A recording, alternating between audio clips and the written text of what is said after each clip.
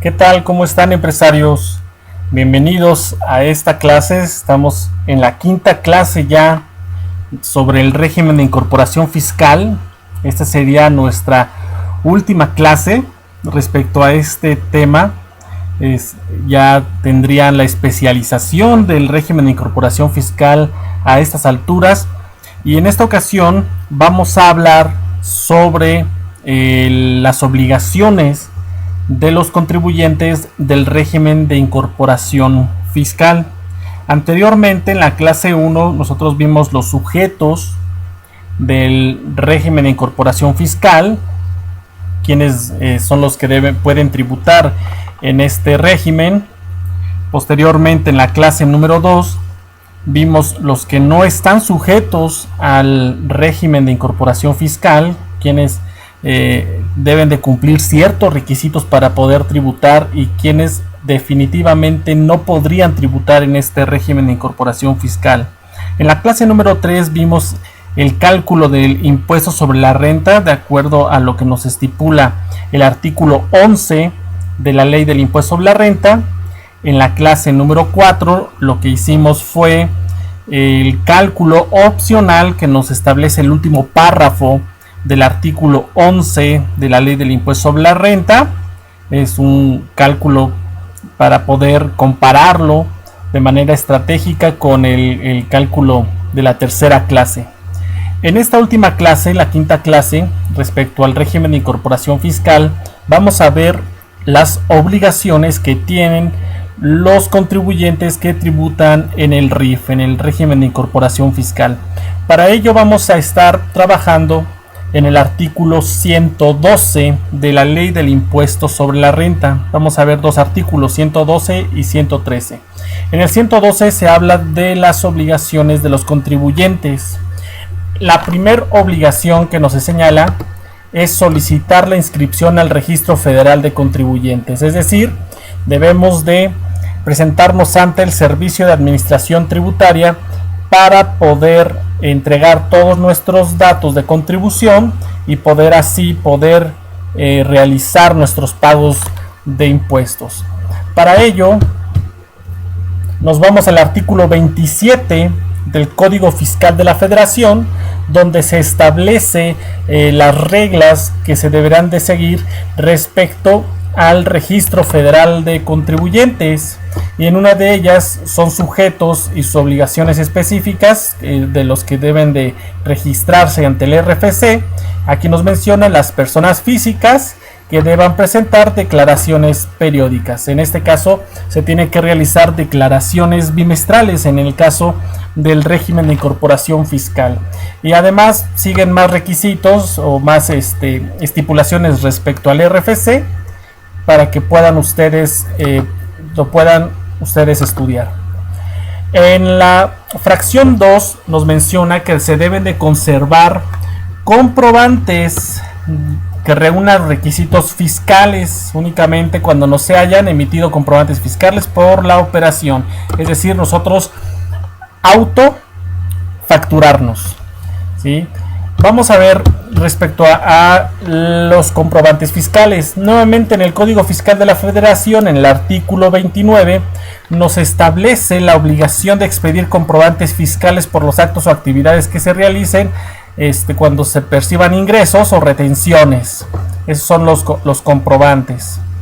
Además nos habla de otras obligaciones que se debe de tener. Aquí se tiene que tener lo que se le llama la FEA, actualmente se le llama FIEL, y otros requisitos respecto a los comprobantes. Más adelante sigue este artículo, viene estipulado los requisitos que deben de tener los comprobantes fiscales. Vean todos estas disposiciones fiscales. Además, aquí nos menciona los comprobantes fiscales digitales. Comprobantes fiscales digitales deberán contener como requisito el RFC, folio, fecha de expedición, etcétera. Eso ya viene en el artículo 29A del Código Fiscal de la Federación para que lo puedan ustedes estudiar. Más adelante, en la fracción número 3 de las obligaciones de los contribuyentes del registro federal, del régimen de incorporación fiscal, nos menciona que se debe de registrar en medios o sistemas electrónicos la contabilidad, los ingresos, egresos, inversiones y deducciones, de acuerdo al artículo 28. Vamos a ver qué nos dice el artículo 28 del Código Fiscal de la Federación, y nos establece la obligación de llevar contabilidad de este artículo. Acuérdense que de acuerdo al Código de Comercio, una de las obligaciones de los comerciantes es llevar contabilidad. Aquí en el artículo 28 también estipula que los contribuyentes están obligados a llevar contabilidad, sus libros y sus sistemas de registros contables, papeles de trabajos, etcétera. ¿Sí? Es lo que nosotros estamos obligados a llevar, y aquí vienen varias disposiciones respecto a la contabilidad en este artículo 28. Bien, vamos a regresar. En la fracción 4 nos establece la obligación para los contribuyentes del régimen de incorporación fiscal el entregar a nuestros clientes comprobantes fiscales. Sin embargo, aquí nos menciona que si se realiza la venta o la operación comercial a un público en general, cuyo importe inferior sea de 250 pesos, no se estará obligado a expedir el comprobante fiscal a menos que nos lo solicite nuestro cliente. Es lo que nos establece esta fracción número 4. En la fracción número 5 nos establece que debemos de realizar los pagos, las erogaciones relativas a las compras o inversiones superiores a 5,000 pesos sobre transferencia electrónica de fondos, ¿sí? También podemos realizar mediante un cheque nominativo o también usar nuestras tarjetas o monederos electrónicos, tarjeta de débito, crédito. Aquí nos establece, por lo tanto, que todas las compras que se realice el contribuyente del RIF superiores a 5,000 pesos ya deben de realizarse mediante el sistema financiero, es decir, mediante un banco. Por eso aquí tenemos una transferencia electrónica de fondos. También podría ser un SPEI, un cheque nominativo, tarjetas de crédito, débito, y aquí tenemos monederos electrónicos. Entonces estamos hablando de instituciones del servicio del sistema financiero. Eso es lo que nos establece. Ahora, contrario sensu, en sentido contrario, si nosotros realizamos erogaciones menores a 5,000 pesos, no estamos obligados a realizar estas erogaciones mediante estas modalidades. Sin embargo, yo considero como empresario que deberíamos de realizarlas de ese modo, porque ya nosotros facilitaríamos las auditorías para nuestros contralores. Es decir, ya es rastreable cada peso que nosotros realicemos. Yo considero que sí sería conveniente el poderlo ya realizar todas las erogaciones mediante el sistema financiero, ¿sí? Así evitaríamos muchos fraudes.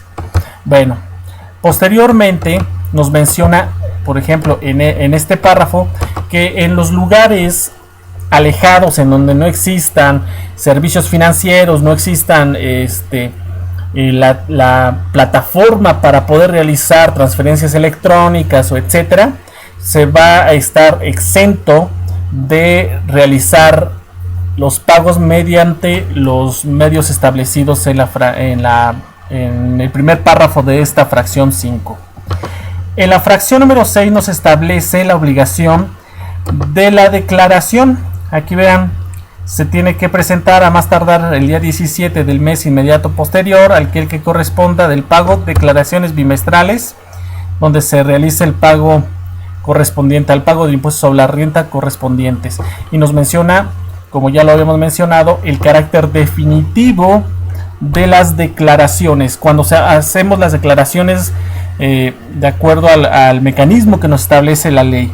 Sin embargo, recuerden ustedes que en el último párrafo del artículo 111 de la ley del impuesto sobre la renta nos establece una opción para poder realizar el cálculo del impuesto sobre la renta mediante el coeficiente de utilidad, y esas declaraciones, aunque sean bimestrales, van a ser pagos provisionales.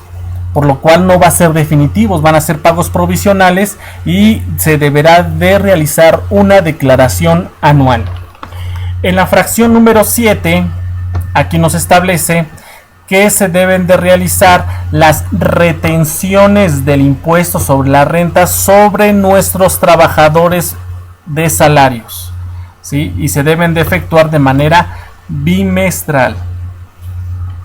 En la fracción número 8 nos establece sobre el pago del impuesto sobre la renta, en el cual igual se va a hacer de manera bimestral ante el Servicio de Administración Tributaria. Aquí nos establece que la obligación respecto a la forma en cómo se debe de realizar el entero de la contribución. Seguimos avanzando, ya estamos por finalizar este artículo y nos establece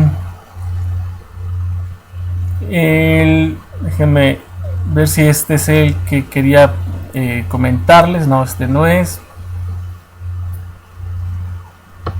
Aquí, los contribuyentes que tributen en términos de esta sección y que tengan su domicilio fiscal en las poblaciones o zonas rurales sin servicios de internet podrán ser liberados de cumplir con la obligación de presentar declaraciones. Ahí está, presentar declaraciones y registros de operaciones a través de internet y en medios electrónicos, como cuando nosotros realizamos las declaraciones del DIOT, por ejemplo, de las relaciones que nosotros tenemos con nuestros proveedores y con nuestros clientes. Entonces es otro de las facilidades que se les da al régimen de incorporación fiscal cuando se encuentren en zonas que no tengan servicios de internet.